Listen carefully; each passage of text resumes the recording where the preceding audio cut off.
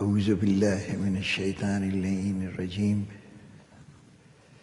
بسم اللہ الرحمن الرحیم الحمد للہ رب العالمین الصلاة والسلام علی اشرف الانبیاء والمرسلین وعلی آلہ وعترتہ واہل بیتہ الطیبین الطاہرین المعصومین صلوات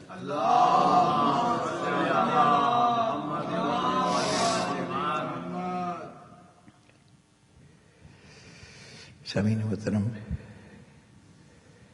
کل گزارش کی تھی کہ میری طرف سے کوئی موضوع نہیں ہوگا، آپ حضرات کی جانب سے اگر کوئی سوال ہو تو اس پہ گفتگو کی جائے۔ تو کوئی ہمت افزا رد عمل تو نہیں آیا۔ ایک صاحب نے ایک مسئلے کی طرف توجہ دلائی تھی، تو آج میرے وہ محترم دوست موجود نہیں ہیں، اس لیے اس کا جواب یا اس طرف توجہ دلائی ہے، اس کا تذکرہ کرنا کم از کم اس وقت تک ملتوی کیا جا سکتا ہے جب تک وہ تشریف لائیں۔ آج ابھی جو سلام پڑھا گیا یا نوحہ کہہ لیجیے، اس نے یہ احساس دلایا کہ بہت سے مقامات پر آج آپ کے 8ویں امام کی یوم شہادت کی مجالس ہو رہی ہیں۔ 17 سفر، مختلف تاریخیں ہیں۔ خود اہل ایران 29 سفر کو یوم شہادت مناتے ہیں۔ بر صغیر میں 17 سفر کو اکثر و بیشتر مقامات پہ یادگار منائی جاتی ہے۔ کوئی تھوڑا سا تذکرہ ان کا ہو جائے۔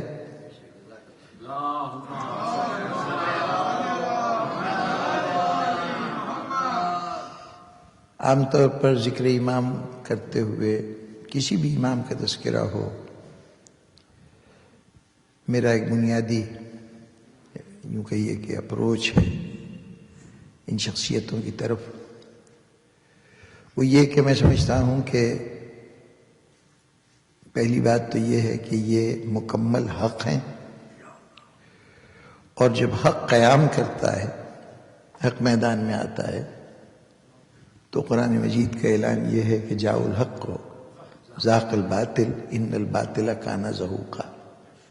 حق آتا ہے تو باطل مٹ جاتا ہے، اس لیے کہ مٹ جانا باطل کی صفت ہے، اسے لازماً ختم ہو جانا ہے اور حق کو قائم رہنا ہے۔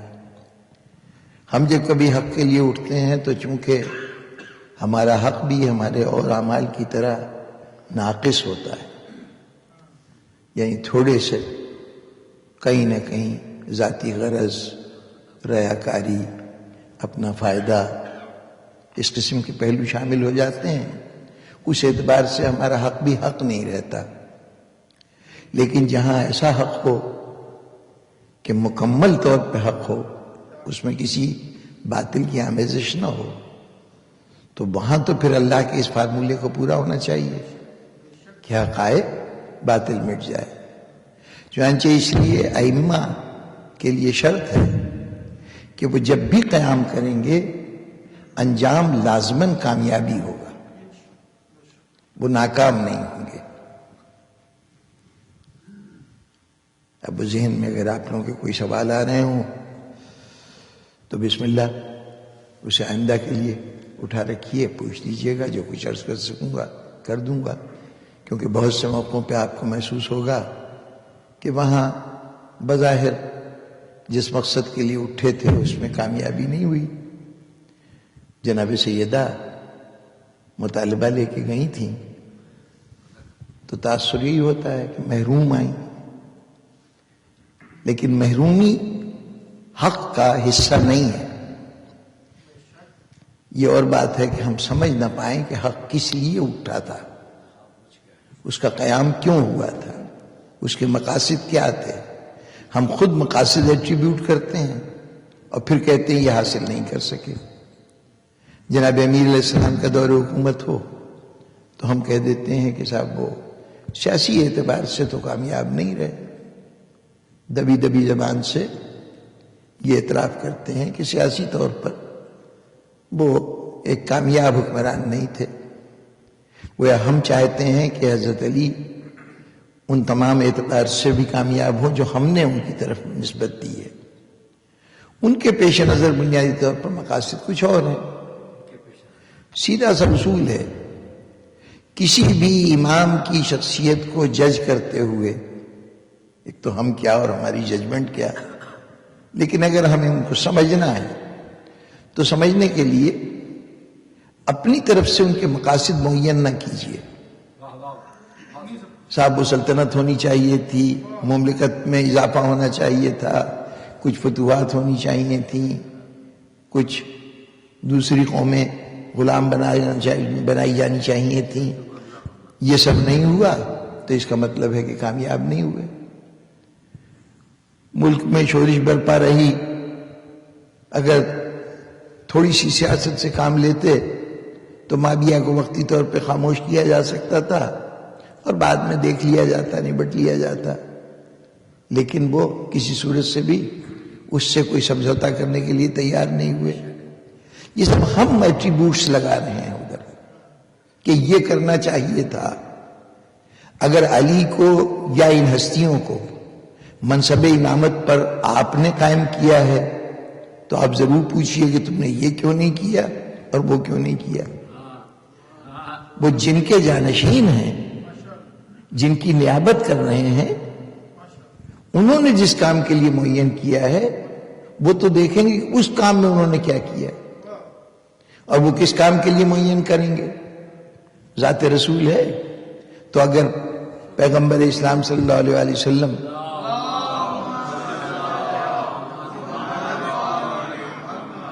اپنے نائب، اپنے جانشین کو کون سا کام دیں گے؟ وہی جو کام خود لے کے آئے ہیں، جو ان کا اپنا مشن ہے وہی مشن ان کے جانشین کے حوالے ہوگا نا، ہمارا بنایا ہوا مشن نہیں۔ تو پورا قرآن مجید دیکھ لیجئے، کہیں بتائیے کہ رسول کے مناسب میں، رسول کے فرائض میں، رسول کی چارٹر آف ڈیوٹیز میں یہ بات شامل تھی کہ تم ایک عظیم سلطنت قائم کرو، اس سلطنت کو خوب پھیلاؤ، دوسری قوموں کو اپنا مفتو بناؤ، اپنا غلام بناؤ؟ کہیں ہے قرآن مجید میں؟ کسی جگہ بھی ان کی اس حیثیت کا ذکر نہیں ہے۔ آپ نے ان کو مدینے کا اختیار دے دیا، اب پتہ نہیں کہ وہ اختیار جو دیا تھا وہ مدینے کے بادشاہ کی حیثیت سے دیا تھا یا اللہ کے رسول کی حیثیت سے دیا تھا۔ بظاہر دنیا نے تو یہی سمجھا کہ ان کو حکومت دے دی گئی تھی، مدینے والوں نے ان کو اپنا حاکم چن لیا تھا، لیکن اگر غور فرمائیے تو مدینے والوں نے حاکم نہیں چن لیا تھا، یہ نبی کا دائرہ اختیار تھا۔ اس لیے کہ اگر کوئی اسلام قبول کرتا ہے وہ مدینے میں نہ رہے، مدینے سے نکل کے کسی اور شہر میں چلا جائے، شہر میں نہیں کسی اور ملک میں چلا جائے، مدینہ تو بعد کی چیز ہے۔ مکے میں جب اسلام کی دعوت دی گئی تھی تو کفار کے مظالم سے تنگ آ کے کچھ مسلمان رسول کی اپنی ہدایت پر حبشہ چلے گئے تھے، دوسرا بر اعظم ہے، دوسری حکومت ہے، نجاشی کی حکومت ہے۔ تو کیا جب وہاں چلے گئے تو حکم رسول سے باہر ہو گئے تھے؟ وہاں جا کے نماز چھوڑ دیں، روزہ چھوڑ دیں کہ بھئی جب تک رسول کی مملکت میں تھے تو ان کے حکم کی اطاعت کر رہے تھے۔ دنیا کا تو قاعدہ یہی ہے نا کہ جب تک آپ حدود مملکت میں ہیں تو وہاں کے قانون کا پابند ہوں گے۔ یہاں امریکہ میں ہیں تو یہاں رائٹ ہینڈ ڈرائیو کریں گے، اگر واپس آپ ہندوستان یا پاکستان چلے گئے تو وہاں پہ لیفٹ ہینڈ ڈرائیو کریں گے، اس لیے کہ وہاں کا قانون وہ ہے، یہاں کا قانون یہ ہے۔ تو دنیا کی حکومتوں کے قانون تو جغرافیے کے اندر بند ہیں، سرحدوں کے درمیان اس میں رہتے ہیں، لیکن یہ بتائیے کہ پیغمبر صلی اللہ علیہ وسلم کا حکم کیا علاقوں کا پابند ہے، جغرافیہ کا پابند ہے؟ اگر جغرافیہ کا پابند نہیں ہے تو مدینے میں رسول کی حکومت نہیں تھی، بلکہ یہ نبوت کے احکامات تھے۔ جو بحیثیت مسلمان کے ہر مسلمان ہر جگہ کہیں بھی وہ پابندی کر رہا ہے. ایک جملہ تاریخ میں بہت پہلے اسی نوعیت کا کہا گیا تھا. جب فتح مکہ کا وقت آیا تو اس وقت حضرت عباس رسول اللہ صلی اللہ علیہ وسلم کے چچا وہ چلے تو گئے تھے مدینے، لیکن مدینے سے جب پوری فوج کے ساتھ یہ بھی آئے اور یہاں سے مکے میں داخل ہوئے. یہاں ابو سفیان سے آ کے کہا ابو سفیان اب ہوش کے ناخن لو، اب وہ زمانہ نہیں رہا کہ تم آ کے ختم کر دو گے، آؤ تمہیں دکھاؤں ذرا کہ آج مسلمانوں کی کیا صورت ہے. تو وہ لے گئے اور جائے شاید کوہ ابو قبیس، ایک اونچی ٹیلا پہاڑی ہے اب بھی موجود ہے، اس کے اوپر لے کے چڑھ گئے ابو سفیان کو. اب شہر سے باہر مسلمانوں کا لشکر ٹھہرا ہوا تھا، 10,000 کا لشکر، بہت بڑی تعداد تھی. مکے کی کل پاپولیشن غالباً اس وقت 5,000 سے زیادہ نہیں تھی. تو 10,000 کا لشکر آ کے ٹھہرا ہے، جگہ جگہ خیمے لگے ہوئے ہیں، شام کا وقت تھا، چراغ جل رہے ہیں، چولہے جل رہے ہیں، ان میں آگ ہو رہی ہے. تو یہ روشنی بکھری پڑی ہوئی ہے، ایسا لگتا ہے کہ زمین کے اوپر آسمان اتر آیا ہے، کہکشاں سج گئی ہے، جگہ جگہ روشنی نظر آ رہی ہے. تو اس نے دیکھ کے کہا تھا ابو سفیان نے کہ تمہارے بھتیجے کی حکومت تو بہت بڑھ گئی ہے. اس پر جناب عباس نے 2 ہتھڑ مارا تھا، 2 ہاتھ اس کے پیٹھ پہ مارے، کہا تجھے اب بھی یہ حکومت نظر آ رہی ہے؟ یہ حکومت نہیں ہے، نبوت ہے. اب یہ حکومت نہیں، نبوت ہے. حضرت عباس نے جو بات کہی تھی مجھے لگتا ہے کہ نہ ابو سفیان کی سمجھ میں آئی تھی اور نہ آج تک مسلمانوں کی سمجھ میں آئی ہے. فرق کیا ہے حکومت اور نبوت کا؟ کیا بنیادی فرق ہے ان دونوں کے درمیان؟ بات تو بہت لمبی ہے کہ نبوت میں کیا فرق ہے حکومت سے. چند موٹی موٹی باتیں یہی دیکھ لیجئے کہ ایک تو بات یہ کہ حکومت جو ہے وہ جغرافیے کی پابند ہے، نبوت جغرافیے کی پابند نہیں ہے، وہ سرحدوں میں قید نہیں ہوتی. پھر نبوت تاریخ میں بھی پابند ہے، صرف جغرافیے میں نہیں، تاریخ میں بھی پابند ہے. جو حکمران جس دن تخت پہ بیٹھا اس دن سے اس کا حکم چلنا شروع ہوگا، اور جس دن وہ تخت سے دستبردار ہوا اب نیا حاکم چاہے تو اس کے پچھلے قوانین کو باقی رکھے، چاہے قوانین کو بدل دے. آپ کے ہاں کی تبدیلی آئی ہے، تبدیلی کے نتیجے میں آپ لوگ محسوس کر رہے ہیں کہ بہت کچھ نئی باتیں ہو جائیں گی. کیوں؟ اس لیے کہ پچھلے قانون پچھلی حکومت کے ساتھ تھے، نئی حکومت جو ہے وہ اپنے قانون بنائے گی. جب تک یہ حکومت رہے گی آنے والی اس وقت تک اس کے بنائے ہوئے قانون ہوں گے. کل کو یہ بدل جائے گی، کوئی اور پارٹی برسر اقتدار آ گئی تو پھر اس کے قوانین، اس کی پسند کے قوانین نافذ ہوں گے. یعنی جو برسر اقتدار ہوتا ہے جب تک اقتدار کے مسند پہ رہتا ہے اس کا فرمان حکم ہے، اور جس دن وہ اس عہدے سے ہٹتا ہے اس دن اس کا حکم ختم ہو جاتا ہے. کیا نبی کا حکم بھی اسی طرح سے ہے؟ نبی دنیا سے تشریف لے گئے لیکن حکم آج تک جاری و ساری ہے اور قیامت تک جاری رہے گا. حلال محمد قیامت تک حلال ہے اور حرام محمد قیامت تک حرام ہے. ایک فرق اور ذرا سے عرض کر دوں. دیکھیے پیغمبر صلی اللہ علیہ وسلم مدینے تشریف لائے، مدینے والوں نے دست مبارک کے پیغمبر پر بیعت کی، یعنی آپ کو نبی تسلیم کیا.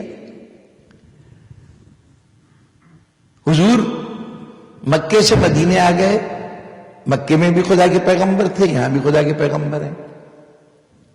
محمد رسول اللہ مکے میں بھی یہی پوزیشن ہے اور مدینے میں بھی یہی پوزیشن ہے. البتہ یہ جب تشریف لائے اور ان کے ہاتھ پر مدینے والوں نے بیعت کی، ان کے دین کا اقرار کیا، تو کل تک کافر تھے سب مومن ہو گئے، کل تک جہنمی تھے سب جنتی ہو گئے، گنہگاروں میں شمار ہوتا تھا اب ان کا مقام نیکوکاروں میں ہو گیا. کل تک عام انسان تھے اب صحابہ کرام ہو گئے، قابل احترام ہستیاں بن گئے. حضرت ابوبکر مسند اقتدار پہ بیٹھے، لوگوں نے ان کے ہاتھ پہ بیعت کی. حضرت ابو بکر جو صحابہ میں سے ایک صحابی تھے، مہاجرین میں سے ایک مہاجر تھے، جیسے اور لوگ تھے ویسے وہ بھی ایک شخصیت تھے، لیکن جیسے ہی ان کے ہاتھ پہ بیعت ہوئی یہ امیر المومنین ہو گئے، خلیفۃ المسلمین ہو گئے، رہبر، قائد، سارے خطابات ان کے لیے ہو گئے۔ جنہوں نے بیعت کی وہ پہلے بھی عام مسلمان تھے، اب بھی عام مسلمان رہے۔ فرق آپ نے محسوس نہیں کیا؟ جب بیعت لینے والے کی حیثیت قائم رہے اور بیعت کرنے والوں کا درجہ بلند ہو جائے تو وہاں نبوت ہوتی ہے۔ جہاں بیعت کرنے والے تو ویسے کے ویسے ہی رہیں، جس کی بیعت کی جائے اس کی حیثیت بڑھ جائے وہ حکومت ہوتی ہے۔ حکمران ہمیشہ محتاج رہے گا کہ اسے تسلیم کیا جائے، حکمران تسلیم کیا جائے۔ اگر تسلیم کر لیا جائے گا تو وہ حکمران ہے، وہ چاہے جمہوری دور کا حکمران ہو اور چاہے وہ آمریت اور بادشاہتوں کا حکمران ہو۔ اگر لوگ مانتے ہیں اس کو تو وہ حاکم ہے، نہیں مانتے تو اس کا کوئی وجود نہیں۔ لیکن نبی کی صورتحال یہ کہ ساری دنیا نہ مانے، وہ نبی کا نبی رہے گا، اس کے اوپر کوئی فرق نہیں پڑے گا۔ ساری دنیا مان جائے تب بھی وہ نبی ہے، ساری دنیا نہ مانے تب بھی وہ نبی ہے۔ بس یہ بنیادی فرق ہے حکومت اور نبوت کے درمیان۔ تو پیغمبر صلی اللہ علیہ وسلم کی نبوت تھی، ان کے جانشین سے آپ فرائض نبوت کے سلسلے میں پوچھئے کہ اس کے سلسلے میں کیا کیا۔ وہ چیز جو فرائض نبوت میں شامل نہ ہو وہ کم از کم آپ نبی کے جانشین سے نہیں پوچھ سکتے۔ کہیں اگر یہ فرائض نبوت میں ہوتا کہ حکومت کا قائم کرنا، لوگوں کو علاقہ اپنی حکومت کو توسیع کرنا، جغرافیائی اعتبار سے اپنے آپ کو بڑھانا، یہ نبوت کا تقاضا ہے، تو پھر علی سے بھی ان باتوں کا سوال کیا جاتا یا اہل بیت سے سوال کیا جاتا۔ یہاں تو بنیادی کام یہ ہے کہ قرآن مجید نے 4 جگہ پر بالتفصیل بتایا کہ نبی کے چارٹر آف ڈیوٹی کیا ہے۔ یتلو علیہم آیاتہ ویزکیہم ویعلمہم الکتاب والحکمہ۔ ہم نے نبی کو اس لیے بھیجا ہے کہ وہ لوگوں تک اللہ کی کتاب پہنچائے، آیات قرآنی کی تلاوت کرے، وہ دلوں کو پاک و پاکیزہ کرے اور وہ کتاب و حکمت کی تعلیم دے۔ معلم بنا کے بھیجا گیا ہے، اخلاق درست کرنے والا بنا کے بھیجا گیا ہے۔ اللہ کی طرف سے جتنے احکامات آئے ہیں وہ یتلو علیہم آیات ہی کے تحت، یعنی ان آیات کو لوگوں تک پہنچانا ہے۔ احکام الہی کیا ہے، منشاء الہی کیا ہے، یہ بتانا کام ہے نبی کا۔ لوگوں کے نفوس کا تزکیہ کرنا۔ نفوس کا تزکیہ کیا مطلب؟ کہ کردار کی جو برائیاں ہیں ان کو دور کیا جائے اور ان کے کردار کی تشکیل کی جائے، بہتر انسان بنایا جائے۔ وہ ایسے کریکٹر والے لوگ ہوں کہ ان کا کردار پکار کے کہے کہ تعلیمات اسلامی کے یہ فیض پہنچائے۔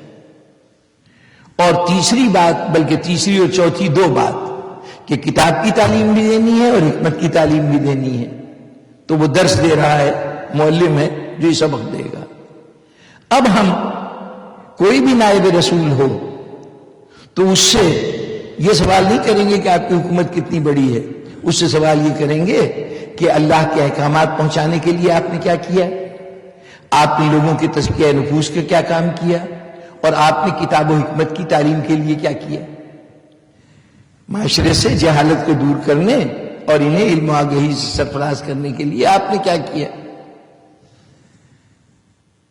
احکامات کی جہاں بات آئے تو وہاں پر احکام خداوندی پہنچانا، یتلو علیہم آیاتہ ہی، یقیناً پیغمبر صلی اللہ علیہ وسلم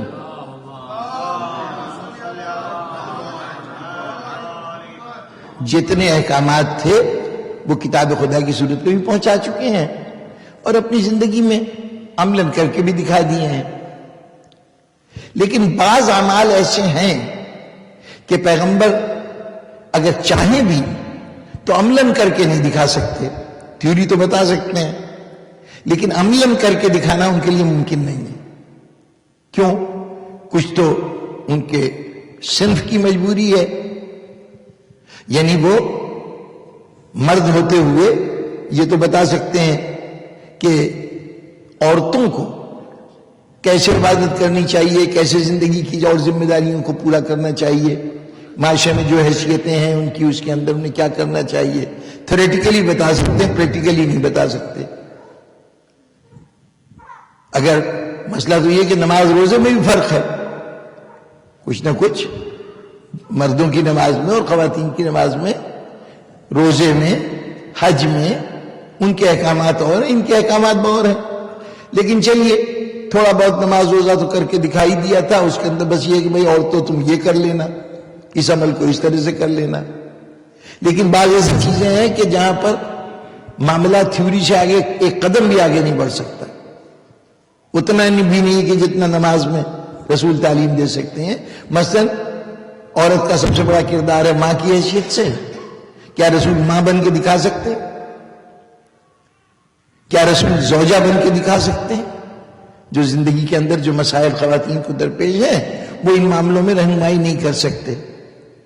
تو ایسے موقع پر ضرورت ہے کہ کوئی اور ایسی شخصیت ہو جو ان خلا کو، یعنی جو یہ کوئی رسول کی مرتبے میں کمی نہیں ہے کہ وہ بعض حیثیتوں کو مظاہرہ نہیں کر سکتے،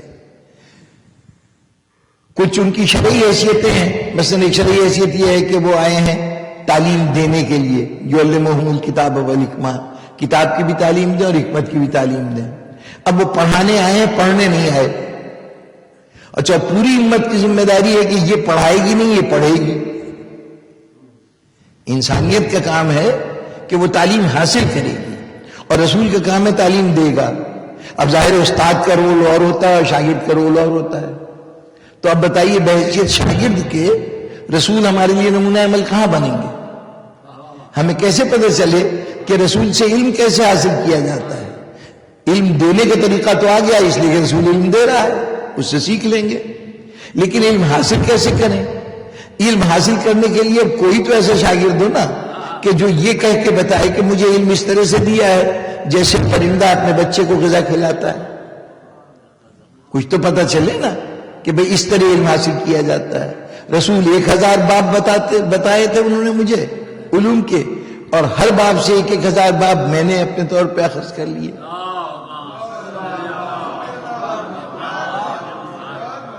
یعنی رسول عنوان بتائیں، علی اس کے تمام اجزاء کی کو الگ الگ کر کے اور پورے ان کو علوم بنا دیں۔ تو یہ صورتحال، ابھی کوئی شاگرد ایسا ہو جو بتائے کہ یوں علم حاصل کیا جاتا ہے رسول سے۔ قرآن میں حکم دیا اطیعوا اللہ واطیعوا الرسول، اللہ کی اطاعت کرو اور رسول کی اطاعت کرو۔ اب رسول کا کام ہے صرف اطاعت کرانا، جیسے اللہ کا کام ہے اطاعت کرانا، اللہ کسی اور کی اطاعت نہیں کر سکتا۔ اگر کسی اور کی اطاعت کرے گا تو وہ اللہ نہیں رہے گا۔ اسی طرح سے رسول کا کام ہے اطاعت کرانا، وہ کسی اور کی اطاعت نہیں کر سکتا سوائے خدا کے، وہ مطیع اللہ ہے، اس کے علاوہ کسی کی اطاعت نہیں کر سکتا۔ ہمارا رول کیا ہے؟ ہمیں صرف مطیع ہونا ہے، اطاعت کرنی ہے۔ رسول کا کام ہے یہ بتانا کہ اطاعت، یعنی رسول کا کام ہے اطاعت کروانا۔ اب ان کا کام جو ہے وہ ہم نہیں کر سکتے، ہمارا کام وہ نہیں کر سکتے۔ وہ اطاعت کریں گے نہیں اور ہم اطاعت کروائیں گے نہیں، دونوں کے فرائض الگ الگ ہیں۔ تو کوئی تو ایسا فرد ہو نا کہ جس نے رسول کی اطاعت اس طرح سے کی ہو کہ میں رسول کے پیچھے یوں چلتا تھا جیسے اونٹنی کے پیچھے اس کا بچہ چلتا ہے قدم بقدم، اس طرح سے بتایا کہ رسول کی اطاعت کیسے کی جا سکتی ہے۔ تو یہ وہ احکامات دینی ہیں جن کا ہم تک پہنچنا ضروری تھا۔ وہ کام نائبین رسول سے ہم پوچھیں گے کہ کوئی ایسا شعبہ زندگی تو نہیں رہا کہ جس میں رسول اپنی اس وقت کی کیفیت کی وجہ سے اس شعبے میں ہماری رہنمائی نہیں کر سکے تھے۔ تو کم از کم کوئی ذات ہو جو یہ بتا سکے کہ ایسے حالات میں کیا کیا جائے۔ رسول کی ساری زندگی ایک آزاد انسان کی زندگی ہے، یہ تو پتہ ہے کہ آزادیوں میں کیسے کام کیا جاتا ہے، لیکن کوئی تو ایسا ہو کہ جو قید کی حالت میں رہ کے بتائے کہ اگر انسان کو کبھی قید کی صعوبتیں جھیلنی پڑیں تو یہاں پر حکم الہی کیا ہے اور اس کی اطاعت کیسے کی جائے گی۔ یعنی ایسے بہت سے شعبہ حیات ہیں کہ جہاں پر خلا رہ جاتا اگر یہ سلسلہ امامت موجود نہ ہوتا۔ تو ہم ان سے یہ پوچھیں گے کہ اگر کوئی خلا تلاش کر لے اور اس میں امامت نے درس نہ دیا ہو تو ہم کہیں گے کہ دیکھیے یہ ان کی ناکامی ہے کہ انہوں نے یہ درس نہیں دیا. لیکن صورتحال یہ ہو، اب کہیں زیادہ دور نہ نکل جاؤں، ایک صرف چھوٹا سا حوالہ دے دوں. ہمارے ہاں بھی اجتہاد کا لفظ رائج ہے اور ہمارے بھائیوں کے ہاں بھی اجتہاد کا لفظ رائج ہے، لیکن ہمارے اجتہاد کے تصور میں اور ان کے اجتہاد میں زمین آسمان کا فرق ہے. ان کا تصور اجتہاد، مختصر لفظوں میں بات کر رہا ہوں کہ ان کا تصور اجتہاد یہ ہے کہ جہاں کلام الہی رہنمائی نہ کرے اور جہاں رسول اللہ صلی اللہ علیہ وسلم کا کوئی ارشاد نہ موجود ہو وہاں پر اپنی رائے پر انحصار کیا جائے، اس رائے کو اجتہاد کہتے ہیں. ہمارے اہل سنت بھائی ان کے یہاں یہ ہے کہ بھئی جو حکم خدا نہیں مل رہا کسی مسئلے پر، ان مسئلہ نیا ہے، احکام خدا بہت پرانے تھے، اب وہ نہیں مل رہا ہے کوئی، اور پھر رسول اللہ کی سیرت میں بھی کوئی ایسی بات نہیں مل رہی جس سے یہ مسئلہ حل ہوتا ہو، تو وہاں ہم کیا کریں؟ تو وہاں پر کہہ دیا گیا کہ اچھا جو مجتہد ہے وہ اپنی رائے سے کام لے گا، قیاس کرے گا، اس کے اس قیاس کو ہی اللہ کی مرضی سمجھا جائے گا، اسی حکم کی پیروی کی جائے گی. ہمارے ہاں اس بنیادی اصول کو ہی نہیں مانا جاتا کہ کوئی مسئلہ ایسا بھی ہے کہ نہ قرآن میں ہو اور نہ طرز عمل رسول میں ہو. ہمارے نزدیک دنیا کا ہر مسئلہ قرآن اور سنت کے اندر موجود ہے. اب وہ سنت کا دائرہ چونکہ انہوں نے محدود کیا تھا ذات رسالت تک، اس لیے وہ الجھ گئے کہ ان کو نہیں ملتا. ہم سنت کے دائرے کو ان تمام شخصیتوں میں رکھتے ہیں جس کا ہر فرد جانشین محمد ہے، جس کا اول اوسط اور آخر سبھی محمد ہے. تو اس لیے ہمیں کوئی مسئلہ ہی نہیں ملتا کہ جس کے لیے ہماری رہنمائی نہ کر دی گئی ہو. جب بھی کوئی مسئلہ سامنے آتا ہے کردار رسالت میں ہمیں یعنی کردار ائمہ کے ذریعے سے ہمیں معلوم ہو جاتا ہے کہ یہاں پر منشاء خداوندی یہ ہے. چنانچہ ہمارے ہاں اجتہاد اپنے قیاس سے کام لینے کا نام نہیں ہے، اپنی رائے سے کام لینا کام نہیں ہے. ہمارا مجتہد جو جد و جہد کرتا ہے، اجتہاد کا لفظ ہے کوشش کرنا، تو وہ کوشش اس کی تمام تر یہ ہوتی ہے کہ وہ تلاش کرے کہ یہاں پر طرز عمل رسول کیا ہے، سنت رسول کیا ہے، وہ اسے تلاش کرنا اس کا کام ہوتا ہے. کہ مسئلہ اسے یقین ہے کہ کوئی بھی مسئلہ ایسا نہیں ہوگا جس کے لیے کر کے دکھا نہیں دیا گیا ہوگا. یہ 12 انعام رکھے ہی اس لیے گئے ہیں کہ جتنے زندگی کے خلا ہیں ان سب کو یہ ہستیاں پوری کر دیں.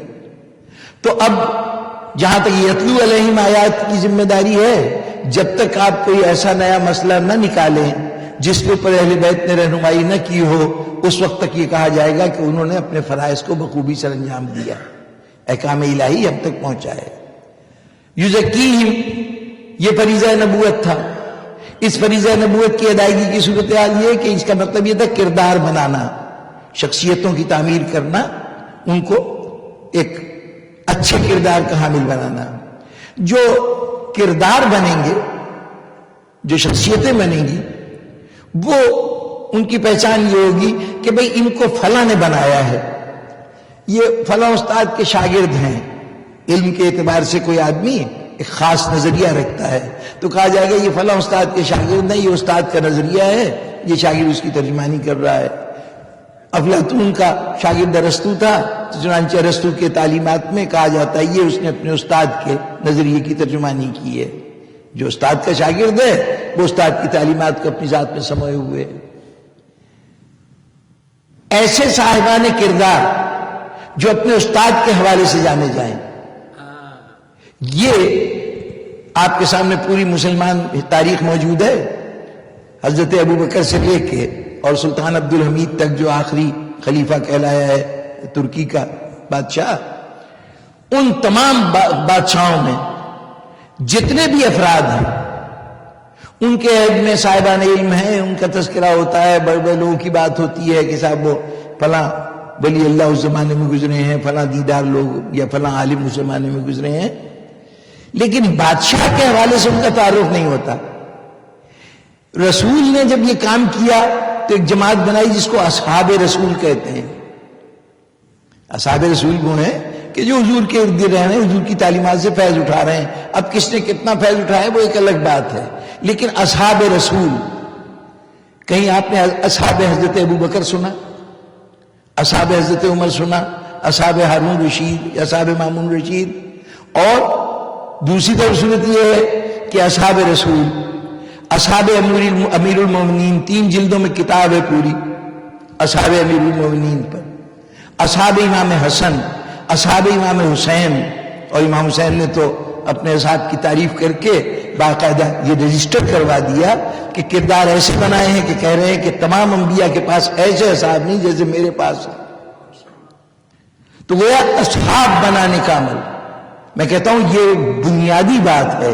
ذرا سا غور کیجئے کہ کہیں اور آپ کو یہ اصحاب کا لفظ نہیں ملے گا سوائے آل محمد کے ساتھ، پیغمبر صلی اللہ علیہ وسلم اور ان کے اور آل کے پاس یہ بات ملے گی ان کے اصحاب ہیں، ورنہ اصحاب کسی کے نہیں ہیں. وہ ان کے درباری ہوں گے، ان کے فوج کے جنرل ہوں گے، لیکن اصحاب نہیں. اس لیے کہ اصحاب وہ ہوگا، اصحاب کی جماعت میں وہ لوگ ہوں گے جن کی کردار سازی میں ان کی تعلیمات کا دخل ہوگا، جنہوں نے جو کچھ بھی نظریات اختیار کیے ہیں وہ نظریات اپنے امام سے سیکھے ہوں گے. تو اصحاب امام جعفر صادق علیہ السلام، جس کی بھی آپ سوانح امام کی سوانح حیات اٹھا کے دیکھیں گے نا، لائف ہسٹری، تو اس میں ایک چیپٹر باقاعدہ ہوگا اصحاب فلاں. اس کے مقابلے میں تمام بادشاہوں حکمرانوں کے تذکرے موجود ہیں. ذرا مجھے دکھائیے کسی کے اصحاب کا کہیں ذکر ہے؟ کوئی، اس لیے کہ انہوں نے شخصیتیں بنائی نہیں. تو نبی کا کام تھا اصحاب پیدا کرنا، وہ اصحاب سارے امام پیدا کرتے رہے، بناتے رہے شخصیتوں کو. اب نبی کا کام تھا کتاب و حکمت کی تعلیم دینا. یہ کتاب و حکمت کی تعلیم ذرا مجھے بتائیے، آج تک ہم سے تو پوچھتے ہیں کہ علی نے یہ نہیں فتح کیا، وہ نہیں فتح کیا، کوئی علاقہ ان کے زمانے میں نہیں آیا، حکومت میں اضافہ نہیں ہوا. یہ تو فرائض نبوت نہیں تھے. فرائض نبوت فروغ علم تھا، کتاب و حکمت کی تعلیم تھی. کس خلیفہ نے اپنے دور میں علم کی ترقی کے لیے کیا کیا؟ اب دیکھیے انہوں نے تو بات کو اور آگے بڑھا دیا کہ فروغ دینا تو دور کی بات ہے، جہاں کہیں علم موجود تھا اس کو بھی ختم کر دیا. اسکندریہ کے کتب خانے بھی نظر آتش کر دیے گئے، ایران کے کتب خانے بھی نظر آتش کر دیے گئے. اور یہ اسی زمانے میں نہیں ہوا، یہ تو دوسری خلافت کا زمانہ ہے. اس کے بعد بھی سلسلہ جاری رہا. دنیا کی سب سے بڑی پبلک لائبریری ایک شخصیت ہے شاپور، اس نے بنائی تھی بغداد کے اندر. 400 اب اس زمانے میں پریس تو ہوتے نہیں تھے کہ جو پرنٹنگ کریں، تو کاتب بیٹھتے تھے جن کے سامنے اوریجنل کتاب کا نسخہ کاپی لا کے رکھی جاتی تھی، اوریجنل کتاب، وہ اس سے کاپی تیار کرتے تھے. وہ کاپی جو ہے وہ پھر تقسیم ہوتی تھی لوگوں میں، یعنی وہ کتاب 1 کاپی بنائے گی، 2 کاپی بنائے گی. اس وقت کی ہینڈ ریٹن کتابیں یہ چلا کرتی تھی. 400 کاتب مستقل ملازم تھے جن کا کام صبح سے شام تک بیٹھ کر کتابت کرنا تھا. دنیا بھر سے نسخے منگائے جاتے جہاں کوئی کتاب مل جاتی. اور اس طرح سے ایک اتنا عظیم الشان، یعنی جو 17 مینوسکرپٹس کے اوپر بیس کرتا ہو کتب خانہ، ایک عظیم الشان کتب خانہ وہ شاپور نے بنایا تھا، جو پبلک کے استعمال میں تھا. جس کو علم کی ضرورت ہو جائز کتب خانے سے فیض اٹھا لے. اس سے بڑا کتب خانہ عوامی سطح کے اوپر کوئی نہیں بنا ہے. اس کے فوراً بعد ہمارے مملوک بادشاہ ہے یہ علاؤ الدین، اور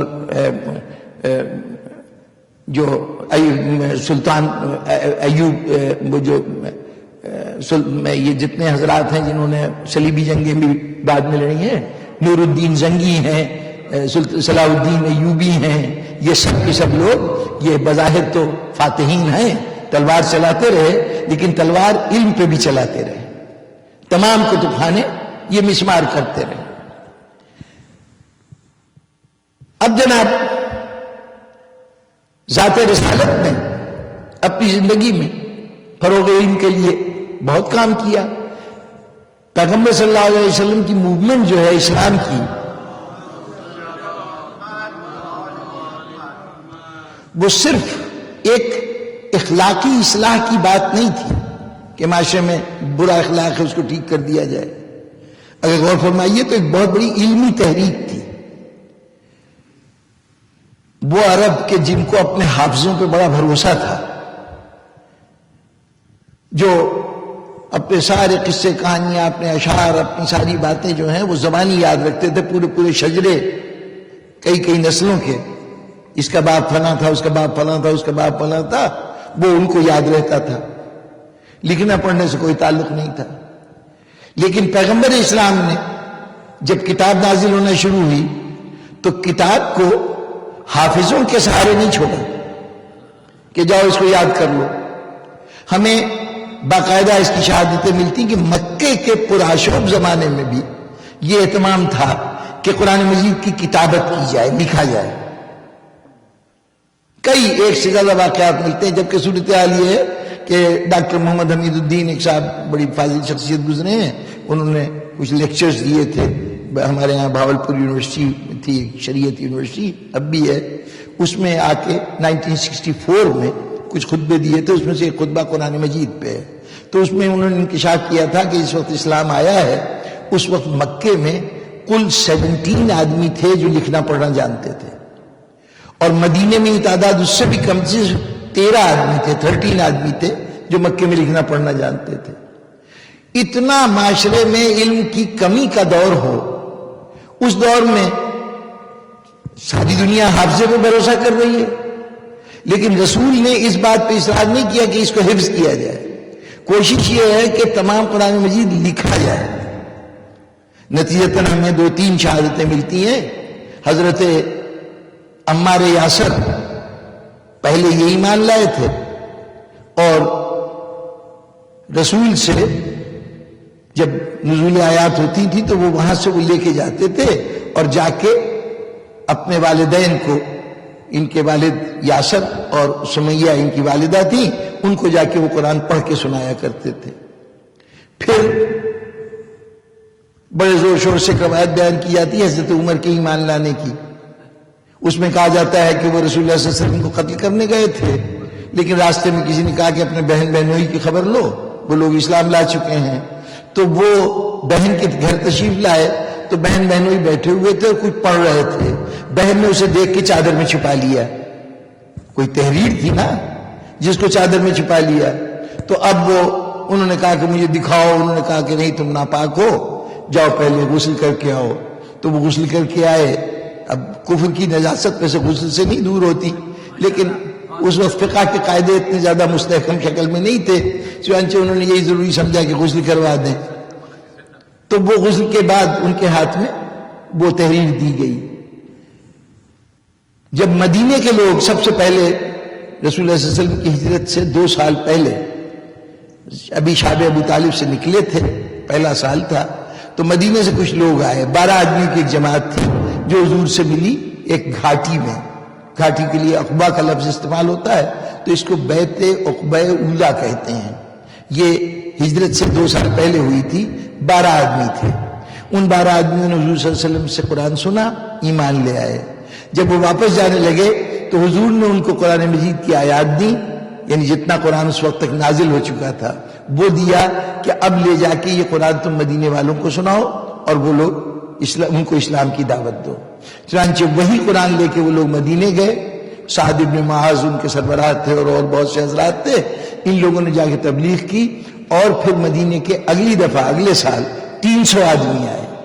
یہ سب کے سب انہوں نے آ کے دست مبارک رسول پہ اسلام قبول کیا، اور انہوں نے دعوت دی تھی کہ یا رسول اللہ آپ اور مسلمان مکے سے مدینے تشریف لے آئیے، یہاں پہ آپ کے لیے ہم پناہ کے لیے ہم حاضر ہیں، ہم آپ کی حفاظت اسی طرح کریں گے جیسے اپنے اہل و عیال کی حفاظت کرتے ہیں۔ تو قرآن مجید کو تحریری طور پر بھیجا جا رہا تھا۔ مدینے میں جب جنگ بدر ہوئی تو 70 آدمی مارے گئے قریش مکہ کے، اور 70 ہی آدمی پکڑے گئے، گرفتار ہوئے۔ یہ جو 70 آدمی گرفتار ہوئے تھے، ان سے رسول نے شرط رکھی کہ چونکہ تم نے ہم پہ جنگ مسلط کی ہے تو تمہیں تاوان دینا پڑے گا، جنگ کے ایک تمہیں قیمت دینی پڑے گی، یہ جو تم نے ہمارے لیے مسائل پیدا کیے ہیں۔ اس کو تاوان کہہ لیجئے، رہائی کے لیے رینسم کہہ لیجئے، جو دل چاہے نام رکھیں اس کا۔ حضور نے کہا کہ یہ تم کو پے کرنا پڑے گا، تب تمہاری رہائی ہوگی قیدیوں کی۔ یہ نہیں کہا ان سے کہ اسلام قبول کر لیں، اس لیے کہ اگر اس وقت اسلام قبول کرواتے، ان کو پیشکش بھی کرتے اسلام کی کہ تم اسلام قبول کر لو تو رہا ہو جاؤ گے، تو اس کا پیشکش کا مطلب یہ ہوتا ہے کہ اسلام لوگوں کو مجبور کر کے اسلام کی تعلیم دے رہا ہے۔ پیغمبر نے اس مرحلے پر ان قیدیوں کو اسلام کی دعوت بھی نہیں دی، حالانکہ اسی کام کے لیے آئے ہیں کہ ہر ایک کو اسلام کی دعوت دیں، لیکن قیدی کو دعوت نہیں دی، کیونکہ قیدی کو دعوت دی تو کہا جائے گا جبراً اسلام قبول کروا رہے ہیں۔ اس لیے ان کی رہائی کی واحد شرط یہ تھی کہ رقم دو اور چلے جاؤ، تمہارے وارث جو وہاں بیٹھے مکے میں وہ تمہاری قیمت دیں رہائی کی اور چلے جاؤ، جرمانہ ادا کرو چلے جاؤ۔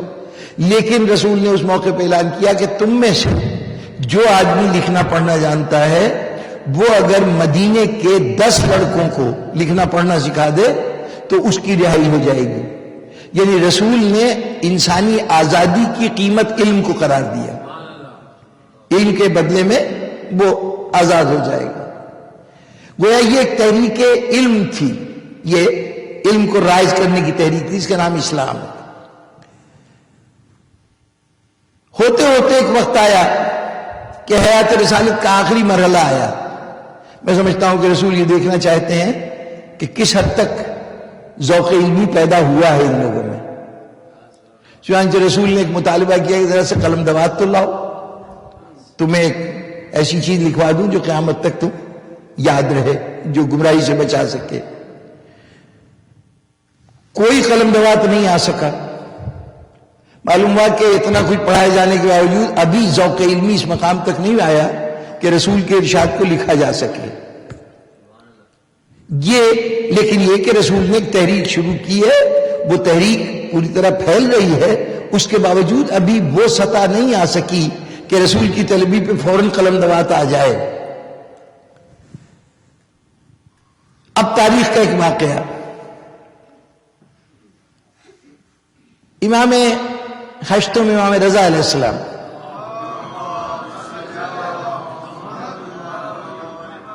ایک 199 ہجری 199 ہجرہ ہے، حضور کے وصال کو 180 سال تقریباً 179 ایئرز گزر چکے ہیں حضور کے وصال۔ ان کو مامون الرشید اپنا ولی عہد بنانے کے لیے بلا رہا ہے۔ اب اس کی وجوہات کیا تھیں، اسباب کیا تھا، وہ مسئلہ چھوڑیے۔ امام روانہ ہوئے اور روان ہوتے ہوتے وہ پہنچے نیشاپور کے مقام پہ۔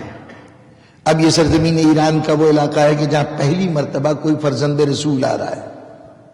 اہل ایران استقبال کے لیے آئے ہوئے ہیں، ہزاروں کا مجمع۔ اس سے پہلے کبھی انہوں نے اولاد رسول کو نہیں دیکھا ہے۔ ابھی تک تو حکمران آتے رہے نہ، تلواریں لے کے فتوحات کرنے والے آتے رہے، یہ پہلی مرتبہ فرزند رسول آ رہا ہے۔ چنانچہ ایک مجمع ہے، چاروں طرف سے لوگ گھیرے ہوئے ہیں، اور جب آپ کی سواری پہنچی ہے تو ہر طرف سے آوازیں اٹھ رہی ہیں، مرحبا یا ابن رسول اللہ، اور تقاضا یہ ہے کہ مولا اپنے دیدار کرا دیجئے۔ ہماری میں تشریف فرما تھے، ہماری کا پردہ ایک طرف سے ہٹایا گیا تو سارا ہجوم ادھر ٹوٹ پڑا۔ آپ نے اشارہ کیا اور 3 طرف کے پردے اٹھا دیے گئے۔ اب سارا مجمع درود کی صدائیں ہیں، آنکھوں میں خوشی کے آنسو ہیں، فرزند رسول سامنے ہے۔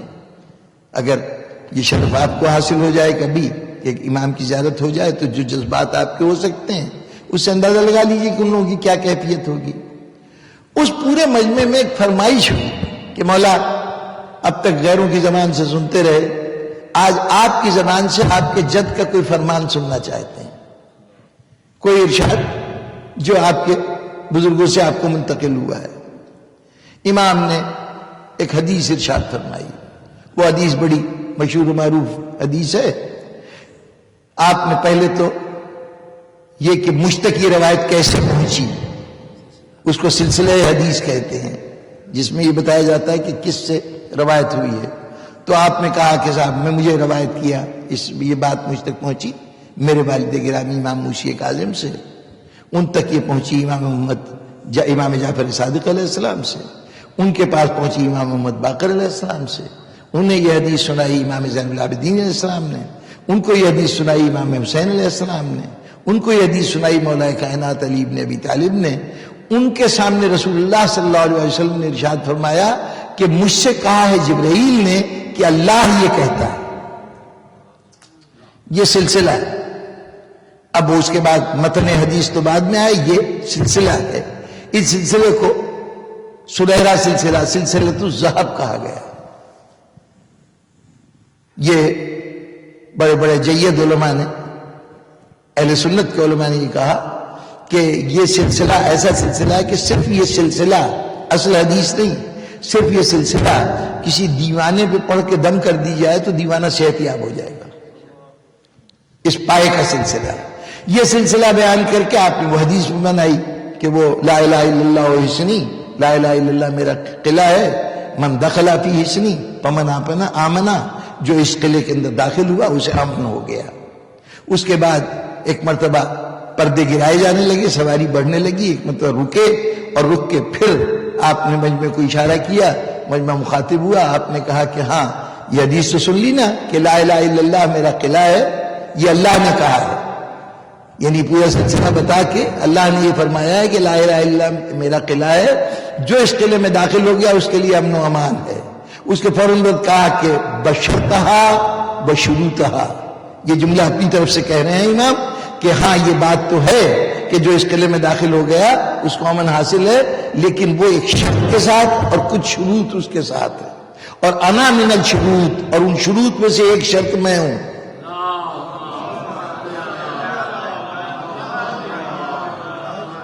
یعنی دیکھیے جو آپ کا کلمہ ہے نا 3 اجزاء پہ مشتمل، وہ تینوں اجزاء اس حدیث کے اندر بیان کر دیے امام نے. وہ خدا پہلا جملہ لا الہ الا اللہ جو اس میں داخل ہوا وہ توحید کی گواہی دیجیے، اور پھر بشرطہا و شروطہا، ایک شرط ہے اور کچھ شرطیں ہیں. ایک شرط ذات پیغمبر ہے کہ تعارف کرانے کے لیے وہ شرطیں کیا ہیں، یہ کہہ دیا انا من الشروط، میں شروط میں سے ایک شرط میں ہوں. تو اب یہ سمجھ لیجیے کہ باقی سلسلہ کن شخصیتوں کا ہے، کن پہ ایمان لانا ضروری ہے. اچھا تاریخ یہ کہتی ہے کہ اس وقت 24,000 افراد ایسے تھے جو قلم دوات لیے ہوئے اور امام کی حدیث لکھ رہے تھے. اس کے علاوہ بہت سے ایسے لوگ تھے کہ جن کے پاس اہتمام لکھنے کا نہیں تھا، یہ کوئی عام سی بات نہیں تھی قلم دوات کا پایا جانا، تو ان کے پاس نہیں تھا، تو انہوں نے اپنے قمیضوں کی آستینوں پر یہ حدیث کو لکھا ہے. یعنی اس کو کوشش کیا گیا کہ ریکارڈ کر لیا جائے. ذرا غور فرمائیے کہ ان اماموں نے کیا کیا ہے اور کس منزل تک اسلام کو پہنچایا ہے کہ رسول دنیا سے جاتے ہوئے تمام تر کوشش کے باوجود یہ سطح نہ پیدا ہو سکی کہ ایک قلم دوات رسول کو پیش کیا جائے. آج قول رسول سننے کے لیے 24,000 قلمدان موجود ہیں. یہ کس بادشاہ کی کوشش ہے، کس خلیفہ کی کاوشوں کا نتیجہ ہے؟ کسی نے کوئی علمی ترقی کے لیے کام کیا؟ لیکن یہ امام کا جو اصل کارنامہ وہ یہ حدیث بیان کرنا نہیں.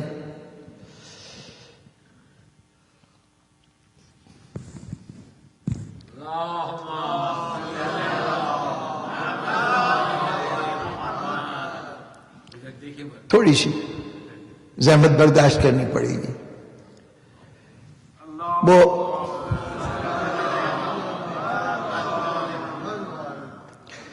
نبی آیا تو اس کے لیے اللہ نے کہا کہ وما ارسلناک الا رحمۃ للعالمین، ہم نے نہیں بھیجا سوائے اس کے عالمین کے لیے رحمت بنا کے.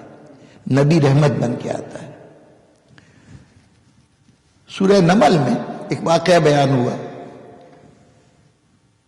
حضرت سلیمان کے زمانے میں وہ ایک، آپ نے سنا ہے کہ وہ ایک پرندہ غیر حاضر تھا ہدہد نامی، اور جب وہ حاضر ہوا تو اس نے آ کے بتایا کہ صاحب وہ یمن میں ایک ملکہ ہے جہاں پہ خدا کی توحید کو نہیں مانا جاتا اور وہ لوگ یعنی کافر ہیں. حضرت سلیمان نے پیغام بھیجا.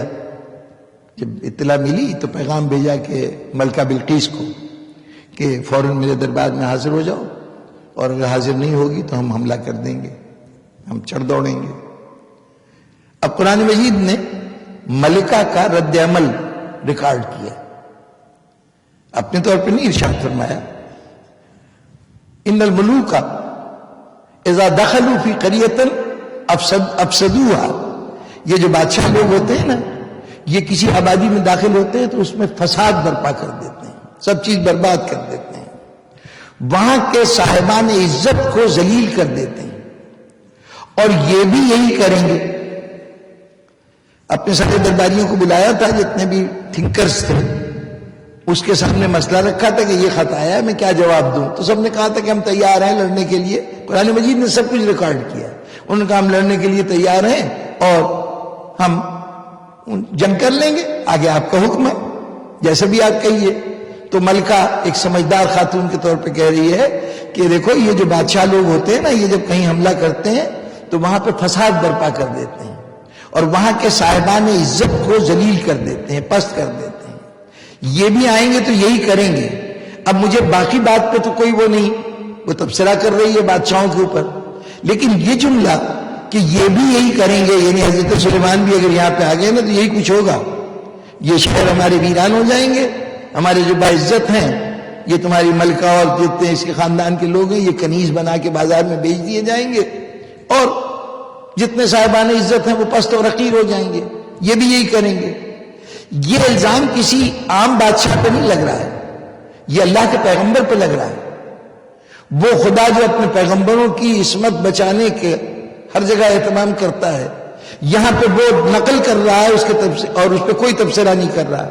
یا تو کہتے کہ وہ ملکہ جھوٹ بول رہی تھی یا غلط کہہ رہی تھی، وہ یہ حضرت سلیمان کا معاملہ الگ تھا. نہیں، بالکل ڈیفنس نہیں کوئی پرووائڈ کیا. کیوں؟ اس لیے کہ اس نے نبی کہہ کے یہ کہا ہوتا تو رسول اس کے عصمت کے لیے ساری بات کہتا. وہ ملوک کی بات کر رہی، بادشاہوں کی بات کر رہی ہے. یہ بادشاہ جہاں جاتے ہیں ان کا جانا فساد ہوتا ہے. نبی آیا تھا تو کہتا تھا وما ارسلناک الا رحمۃ للعالمین، وہ تو رحمت بن کے آتا ہے. لیکن جب بادشاہ جاتا ہے تو فساد بن کے جاتا ہے، وہ عزتوں کو خاک میں ملانے کے لیے جاتا ہے. اور وہ چاہے نبی ہو چاہے کوئی ہو، جو بادشاہ کی حیثیت سے جائے گا. چونکہ حضرت سلیمان نے نبوت تو ملی ہوئی تھی، انہوں نے تمنا کی تھی مجھے بادشاہت بھی مل جائے، اتنا بڑا بادشاہ کہ کوئی اور بادشاہ ایسا نہ ہو، تو چنانچہ بادشاہت ملی تھی. تو اس بادشاہت کی صفت ہے. چونکہ ایک دو مستثنا بھی ہونے کے امکان تھے، اس لیے اللہ نے تائید تو نہیں کی. یعنی یہ تو نہیں کہا کہ یہ ملکہ صحیح کہہ رہی ہے، لیکن ملکہ کے قول پر اللہ کا کچھ ارشاد نہ ہونا، اس کو ریجیکٹ نہ کرنا. اگر کوئی کافرانہ جملہ ہوتا، باطل جملہ ہوتا تو اللہ پہ واجب تھا کہ اس جملے کو نقل نہ کرتا، اور کرتا تو فوراً تردیدی بیان بھی ساتھ ہوتا کہ وہ یہ غلط کہہ رہی تھی. لیکن اللہ نے وہاں پہ خاموشی اختیار کی اور اس کے قول کو نقل کیا. یعنی اکثر و بیشتر یہی ہوتا ہے کہ جب بادشاہ کہیں جاتے ہیں تو اس کی بستیوں کو آباد نہیں رہنے دیتے. اب ذرا سوچئے کہ جہاں جہاں بھی کوئی حکمران اپنی فوجوں کے ذریعے سے فتوحات حاصل کرے گا، وہاں حضور قرآن وہ یہی کچھ کرے گا. وہاں پہ جا کے فساد کرے گا، یعنی وہاں کی آبادیوں کو تباہ و برباد کرے گا، وہاں کی عزتوں کو خاک میں ملا دے گا. مسلمان جس جس ملک میں گئے ہیں وہاں پر یہی عمل کرتے ہوئے گئے ہیں. مسلمان آج اپنی جس تاریخ پہ ناز کرتے ہیں وہ تاریخ فاتحین کی تاریخ ہے. جناب دیکھیے خالد بن ولید، یوسف بن تاشفین، طارق ابن زیاد، صلاح الدین ایوبی، سلطان محمد فاتح، محمود غزنوی، شہاب الدین غوری. پھر اس کے بعد مغلیہ سلطنت شروع ہو گئی تو انہوں نے کہا کہ یہ ظہیر الدین بابر اور اس کا بیٹا ہمایوں اور وغیرہ وغیرہ، یہ سب فتوحات کرتے آ رہے ہیں، علاقوں کو فتح کر رہے ہیں. اور جو فتح کر رہے ہیں تو کیا ہو رہا ہے؟ ایران کی شہزادیاں کنیز بنا کے لائی جا رہی ہیں. جو صاحبان عزت ہیں ان کی عزتوں کو اس طرح سے خاک میں ملایا جا رہا ہے کہ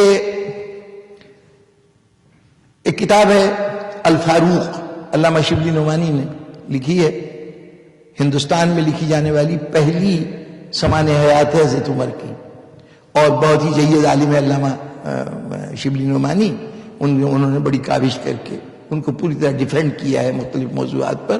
تو انہوں نے ایران کی فتح کے تفصیلات میں بہت سے واقعات میں ایک واقعہ یہ لکھا، اور جو کچھ ہوا سو ہوا، وہ یہ کہ ایران کے بادشاہ کا لباس، نوشیروان کے جو مختلف اوقات کے لباس تھے کہ جب وہ دربار کرتا تھا تو یہ لباس پہنتا تھا، اور جب وہ آرام کرتا تھا تو یہ لباس پہنتا تھا، اور کھانا کھانے کے لیے جاتا تھا تو یہ لباس ہوتا تھا، اگر سیر و شکار کے لیے جاتا تھا تو یہ لباس تھا. وہ نوشیروان جو ان کا لیجنڈ تھا، جو ان کی تاریخ کا سب سے بڑا فخر تھا، جو بڑا عادل بادشاہ تھا، اس بادشاہ کے وہ لباس جو ہیں وہ یہاں پہ پہنچائے گئے کہ کہ صاحب یہ مدائن کا قلعہ فتح ہوا ہے اور اس کے اندر یہ بادشاہ کے لباس ملے ہیں. تو مدینے میں ایک غلام تلاش کیا گیا، اس غلام کو باری باری یہ کپڑے پہنائے گئے اور اس کے بعد مدینے کی گلیوں میں گھمایا گیا. یعنی جو ان کے سب سے بڑے ہیرو کا لباس ہے وہ مسلمانوں نے اس کی تذلیل توہین کرنے کے لیے اپنے غلاموں کو پہنا کے کہ تم تو اپنے بادشاہ کو، بڑے محترم بادشاہ کو پہناتے تھے، دیکھو ہمارے غلام تمہارے کپڑے پہن کے گھوم رہے ہیں. اس طرح سے اس قوم کا مذاق اڑایا گیا. اب میں جو مسلمانوں کی فتوحات کے بعد جو کچھ کیفیت ہوئی ہے اس کا میں کیا تفصیلات عرض کروں. یعنی اگر آپ تاریخ اٹھا کے دیکھیں گے، فردوسی شاہنامہ لکھ رہا ہے، اپنے ایران کی تاریخ لکھ رہا ہے، اس کے اندر اس میں اس نے بڑے اس سے حسرت سے کہا ہے کہ آسمان تجھ پہ پھٹکار ہے، تحفہ تجھ پہ کہ تو نے سامانی شہنشاہوں کی ساری سلطنت کو خاک میں ملا دیا اور ان لوگوں کے ہاتھوں ملا دیا کہ جو صحراؤں میں یہ ایک جانور ہوتا ہے، اسے گوہ کہتے ہیں، چھپکلی کی قسم کا جانور ہوتا ہے، یہ پکڑ پکڑ کر کھانے والوں کو تم نے ہمارے سروں پہ مسلط کر دیا. اتنی بڑی تہذیب 2500 سال پہلے، جن کے ہاں زرتشت نامی پیغمبر آ چکا ہے جو باقاعدہ زندگی کا فلسفہ دے چکا ہے، ایک تصور ان کے ہاں دین کا موجود ہے، جن کے ہاں شہنشاہیت بڑی منظم ہے. اس زمانے کی دو ہی سپر پاور تھیں، ایک روم کی سلطنت تھی، ایک ایران کی تھی. وہ سیزر کہلاتا تھا، قیصر، اور یہ کسرا کہلاتا تھا ایران کا بادشاہ. یہ دو بڑی سلطنتیں تھیں. عرب کے لوگ سرے سے مملکت نام کی چیز سے واقف نہیں تھے، ان کے یہاں کوئی سلطنت نہیں تھی، یہ خانہ بدوشی کی زندگی بسر کرتے تھے، یا ان کے اندر قبائلی نظام تھا کہ ایک قبیلہ ہے، اس کے اندر ایک شخص ہے، وہ کوئی حکمران نہیں ہوتا تھا، کوئی ریٹن لا کا کوئی وجود نہیں تھا، جو رسم و رواج تھے وہی ان کے قانون ہوا کرتے تھے. بہرطور وہ جو بظاہر قبائلی زندگی گزار رہے تھے، بدو کی زندگی، جو خانہ بدوش ہے ان کی زندگی گزار رہے تھے، وہ ایران کی تہذیب کے انہوں نے دھجیاں بکھیر دی. ایک لوٹ کے مال میں ایک فرش آیا تھا، جس فرش کو کہا جاتا ہے فرش بہار. کہتے ہیں کہ نوشیروان کے زمانے میں یہ بڑے کاریگروں نے مل کے ایران کے اس قالین کو بڑے اہتمام سے بنایا تھا، اور قالین کی خوبی یہ تھی کہ اس کو بیٹھ کے بالکل بہار کا سا موسم نظر آتا تھا. کچھ کہتے ہیں کہ وہ ایک طرف سے بہار دکھائی دیتا تھا، دوسری طرف سے خزاں نظر آتا تھا. انتہائی غیر معمولی ہے. اس کی تعریف میں اتنے جملے مورخین نے لکھے ہیں کہ سمجھ میں نہیں آتا کہ وہ کس قسم کا فرش تھا، کہ یعنی خالی قالین تھا یا اس کے اوپر کچھ اور صنائی بھی تھی. وہ فرش آیا، اب لا کے مسجد نبوی میں رکھا گیا، جناب یہ فرش ہے اور یہ اس کی یہ خوبیاں ہیں. دیکھ کے اب یہ کس کا کیا کیا جائے. کسی نے کہا اس کو مسجد نبوی میں بچھا دیا جائے، کسی نے کہا روضہ رسول پہ بچھا دیا جائے، کسی نے کہا کہ خلیفہ کے گھر میں بچھا دیا جائے. لیکن انصاف پسند خلیفہ نے کہا کہ نہیں، مال غنیمت کے طور پہ آیا ہے نا، اس کو یوں کرو کہ خنجر لاؤ. وہ خنجر لایا گیا اور کہا گیا اس کے ٹکڑے ٹکڑے کرو، ایک ایک بال اس کے ٹکڑے کر کے، اور یہ تمام فوجیوں میں تقسیم کر دیا گیا. اب یہ منظر دیکھ رہے ہیں وہ ایرانی قیدی، جن کے جذبات کی کیفیت تھی کہ آج 1400 سال گزرنے کے بعد آج بھی ان کی کیفیت یہ ہے کہ اپنی مصنوعات کو اتنی احترام کی نظر سے دیکھتے ہیں کہ آج بھی ان کے یہاں قالین پر کوئی جوتے لے کے نہیں جا سکتا. عام گھر میں قالین بچھا ہوا ہو آپ بھی احتیاط کرتے ہیں، لیکن آپ صفائی کے اعتبار سے بھی احتیاط کرتے ہیں. وہ احترام کرتے ہوئے اس کی احتیاط کرتے ہیں کہ اس کے اوپر جوتا پہن کے نہ جائیں. ایک وفد بڑے شاہی اہتمام سے مشہد مقدس پہنچا تھا. ایک جہاز کی ابتدائی پرواز تھی تو اس میں کچھ وزراء بھی شامل تھے، کچھ اور لوگ بھی شامل تھے. جب وہاں پہنچا تو گورنر خراسان استقبال کے لیے آیا تھا.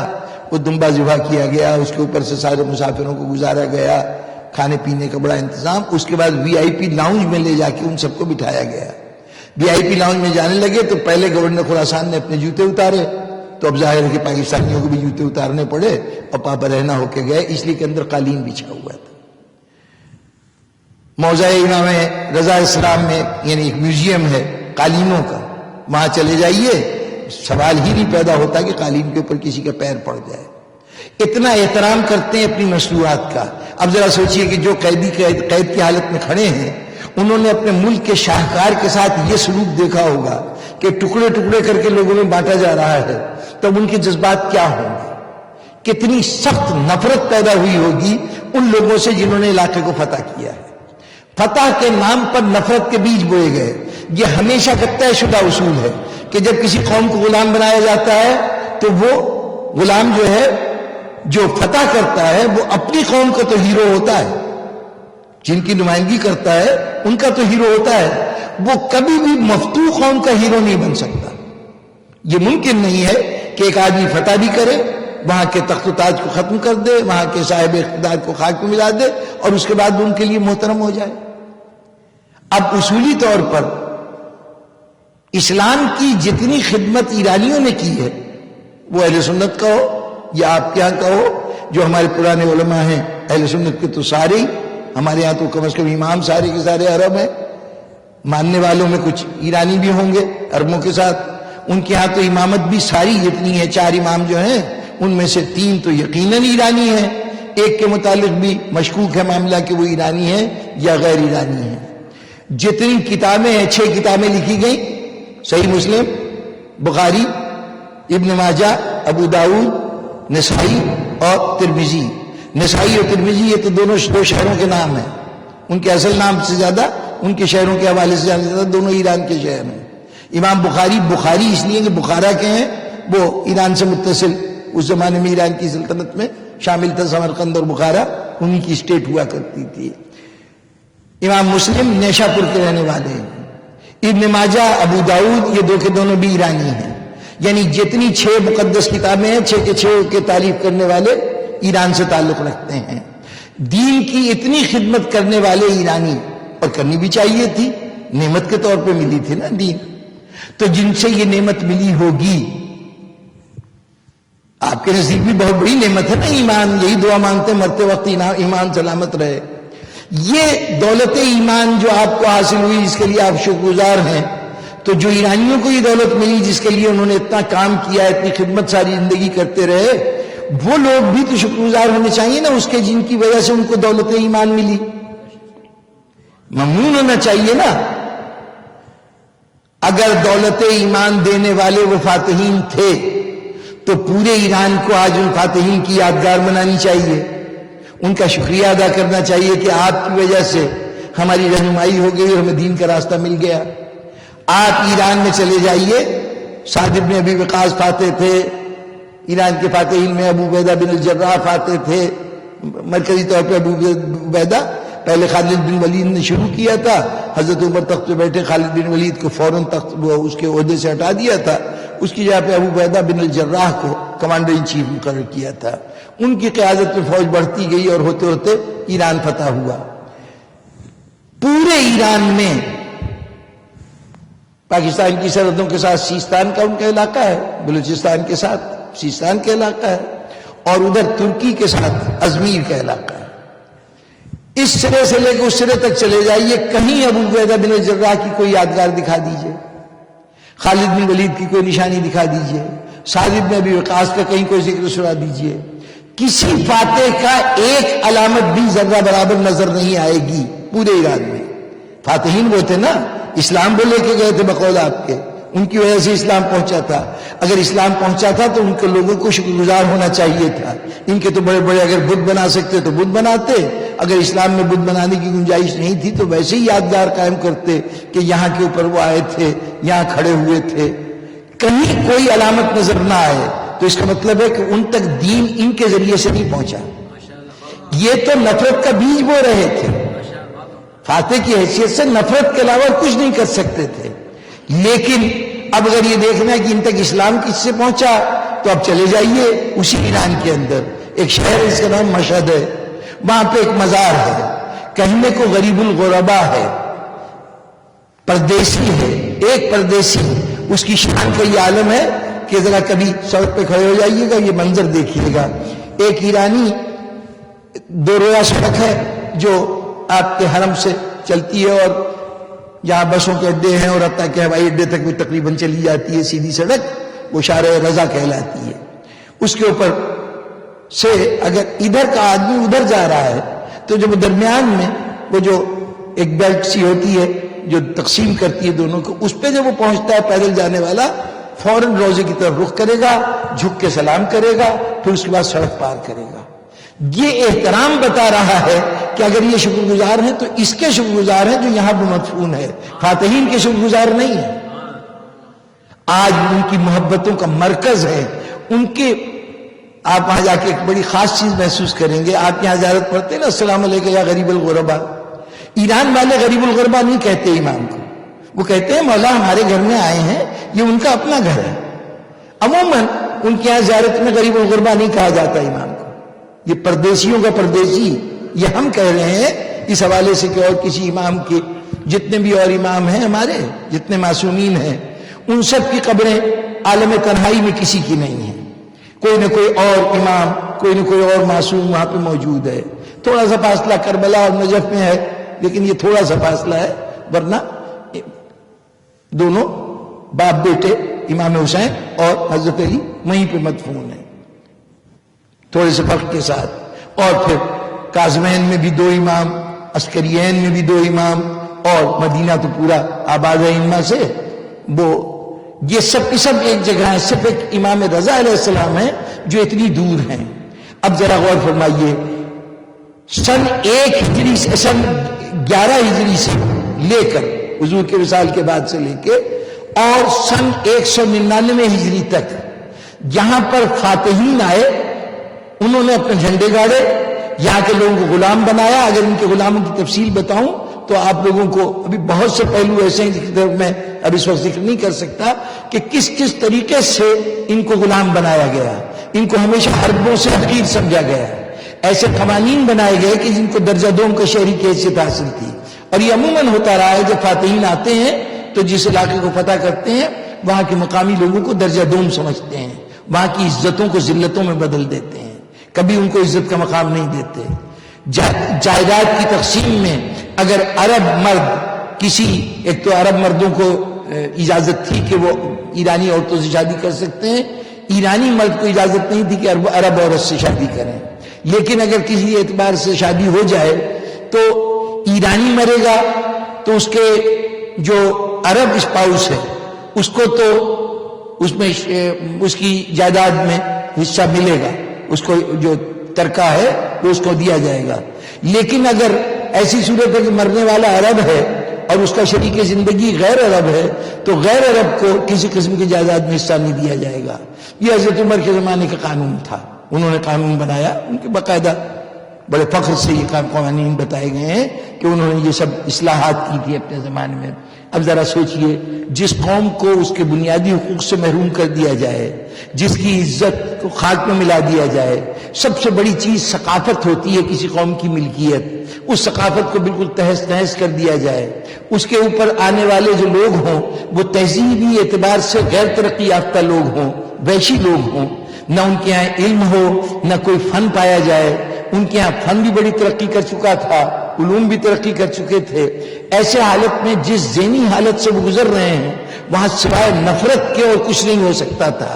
لیکن آج عرب سے آنے والے اسلام کی بھی قدر وہی لوگ کر رہے ہیں، عرب رسول بھی ان کے لیے قابل محترم ہے، وہ اولاد رسول جس کی عربوں نے قدر نہیں کی اس کی ایرانی قوم پوری طرح سے قدر کرتی رہی۔ یہ سب کس کا نتیجہ ہے؟ یہ معجزہ کیسے ہوا؟ کیسے فطرت بدل گئی؟ فاتحین بھی قابل ستائش ہو گئے، کیسے؟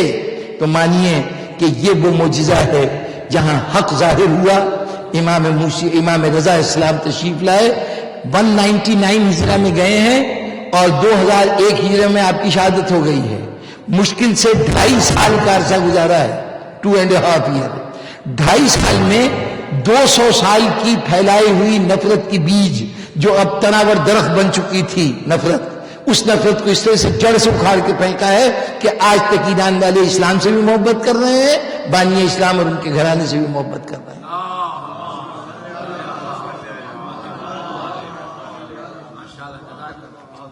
یہ معجزہ ہے اس امام کا۔ اب کیسے اس 2.5 سال میں انہوں نے کیا کیا، اب کس طریقے سے نفرتوں کو محبت سے بدلا، اب یہ اپنے طور پر کتابیں دیکھیے، تفصیلات دیکھیے، آپ کو معلوم ہوگا کہ یہ امام رضا علیہ السلام پہلے آدمی تھے جنہوں نے آ کے احساس دلایا کہ ایرانی کسی اعتبار سے پست نہیں ہے. وہ جو بات رسول نے کہی تھی نا کہ کسی اجمی کو کسی عربی پہ اور کسی عربی کو کسی اجمی پہ کوئی فوقیت نہیں ہے، اس کا عملی مظاہرہ امام رضا علیہ السلام نے کیا. ابھی تک یہاں بنو عباس یہ کہہ رہے ہیں ہم رسول کے رشتہ دار ہیں، اور رشتہ دار ہونے کے ناطے سے ہم کوئی بالا تر مخلوق ہیں، ہم ایک الگ چیز ہیں، اور تم لوگ بھیڑ بکریوں کی حیثیت رکھتے ہو، تمہاری کوئی وقت نہیں. وہاں پہ یہ امام جس کو فرزند رسول ہونے کے ناطے سے بلایا گیا ہے، اگر اپنے اس رشتے پہ جتنا دل چاہے فخر کرے، اس کا یہ عالم ہے کہ ایک مرحلے پہ بیٹھا ہوا استغفار کر رہا ہے. کسی نے کہا مولا آپ تو فرزند رسول ہیں، آپ کو اس استغفار کی کیا ضرورت ہے؟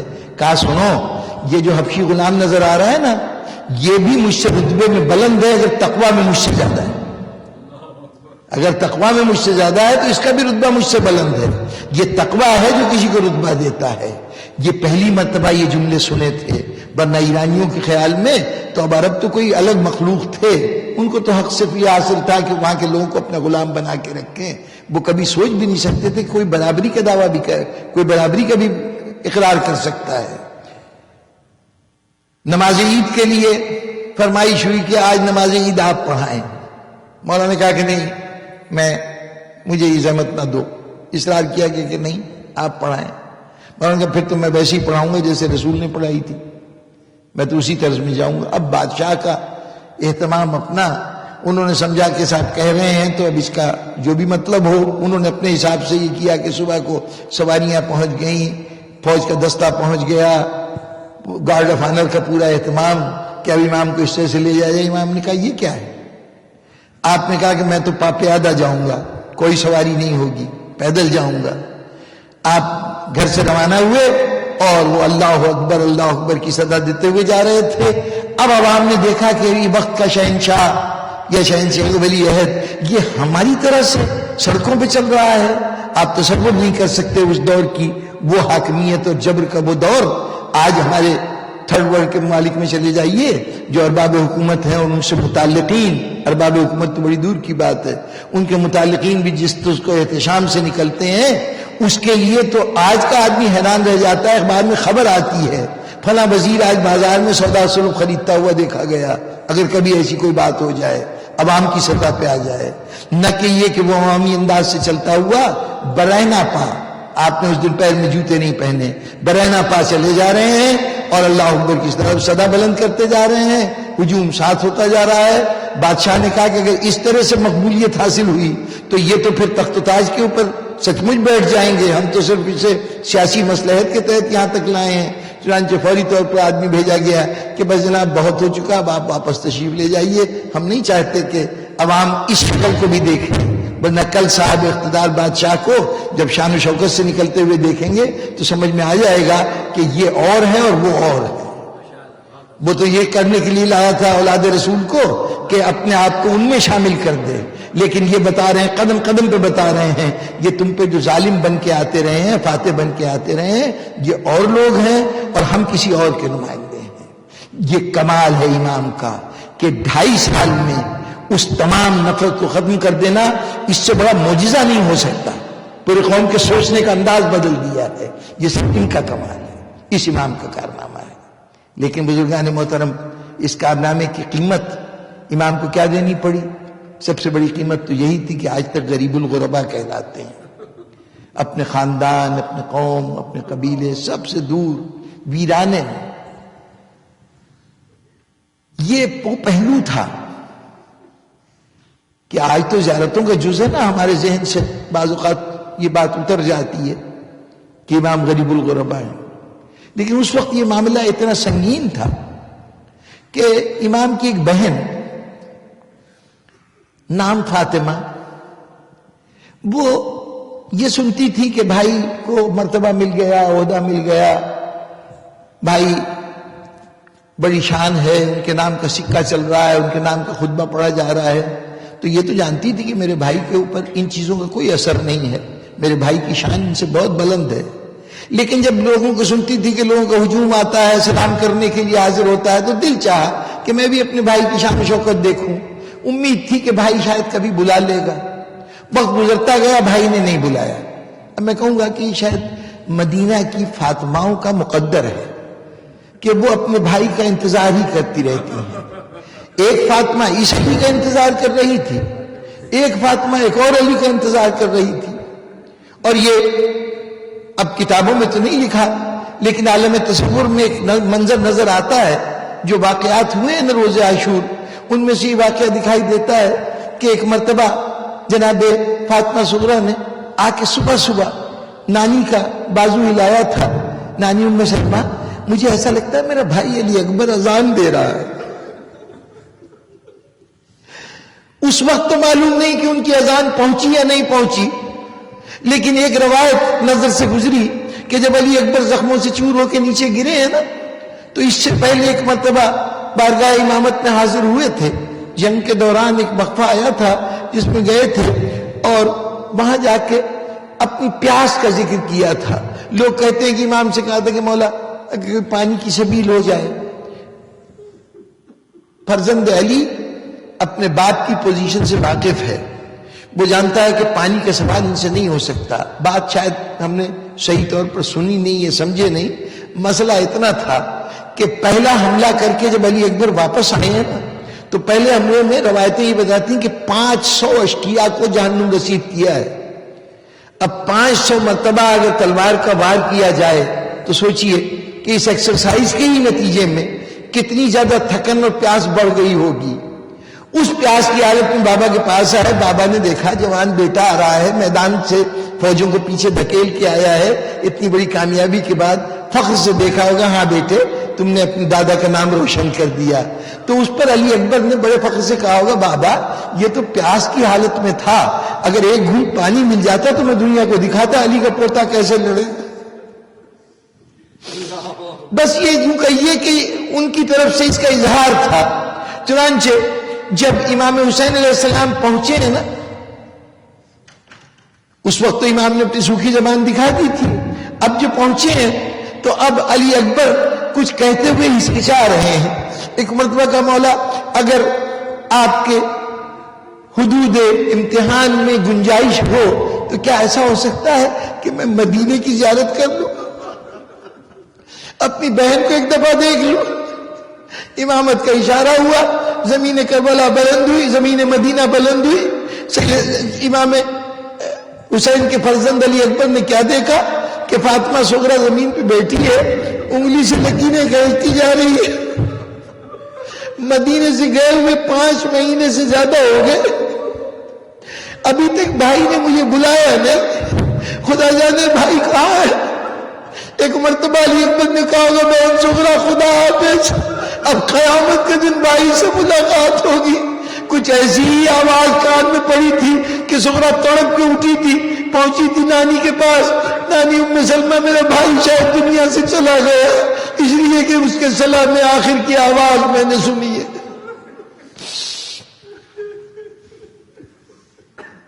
سيعلم الذين ظلموا أي منقلب ينقلبون۔ رب العالمین ہمارے تذکرے کو قبول فرما، گناہان صغیرہ اور کبیرہ کو معاف فرما، صراط مستقیم پر ثبات قدم عطا فرما، حاضرین مجلس کی تمام حاجتوں کو پورا فرما، ان کے مرحومین کے درجات آخرت کو بلند فرما۔